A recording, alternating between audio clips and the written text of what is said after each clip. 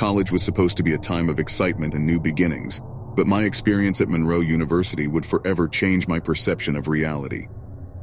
The rumors of hauntings and eerie occurrences that circulated among students were dismissed as mere ghost stories until the day I moved into Morton Hall. From the moment I stepped foot in that old dormitory, I sensed something was amiss. The air felt heavy, and a strange chill crept down my spine as I entered my room. I chalked it up to nerves and exhaustion, but the feeling of being watched persisted, especially at night. One evening, while studying alone, I heard faint whispers echoing in the hallway outside my door. Assuming it was just my imagination, I ignored it and focused on my books, but the whispers grew louder, more distinct. I strained my ears to catch the words, my heart pounding. "Help me." The voice was barely audible, a desperate plea that seemed to come from the walls themselves. I leapt from my chair, my pulse racing, and swung open the door. The hallway was empty, the dim lights flickering above. There was no one there. I began to hear the whispers more frequently, always at night, always accompanied by an inexplicable feeling of dread. Sleep became a luxury I couldn't afford, as every time I closed my eyes I was plagued by unsettling dreams, visions of shadowy figures and disembodied voices. Dark circles formed under my eyes and my grades plummeted. Desperate for answers, I turned to the local library.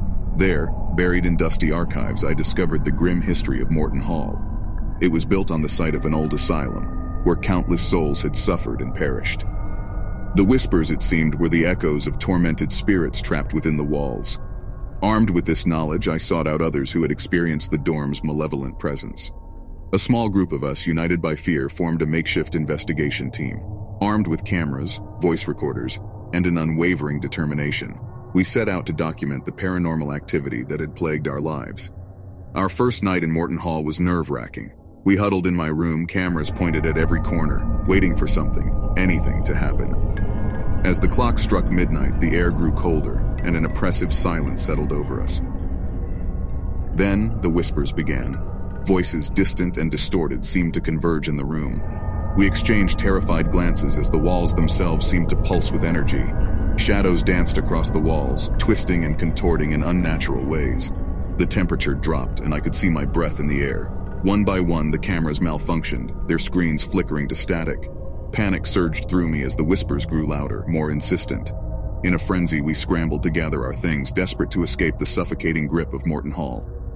As we fled down the hallway, a blood-curdling scream echoed behind us. We turned, our hearts in our throats, to see a shadowy figure emerge from a doorway. Its eyes glowed with an otherworldly light, and it reached out toward us with long, skeletal fingers. Adrenaline fueled our escape, and we burst through the doors of Morton Hall, gasping for air. The building loomed behind us, an ominous presence that seemed to watch us, even as we put distance between ourselves and its malevolent grasp. Months passed, and we tried to move on from that nightmarish experience. But the whispers lingered in our minds, a haunting reminder of the darkness we had encountered. Morton Hall remained a place of dread, a specter of our college days that we could never truly escape. Today, as I recount this tale, I can still hear the whispers in my dreams.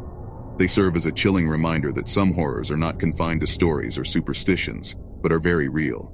And they wait in the shadows, ready to claim those who dare to cross their path.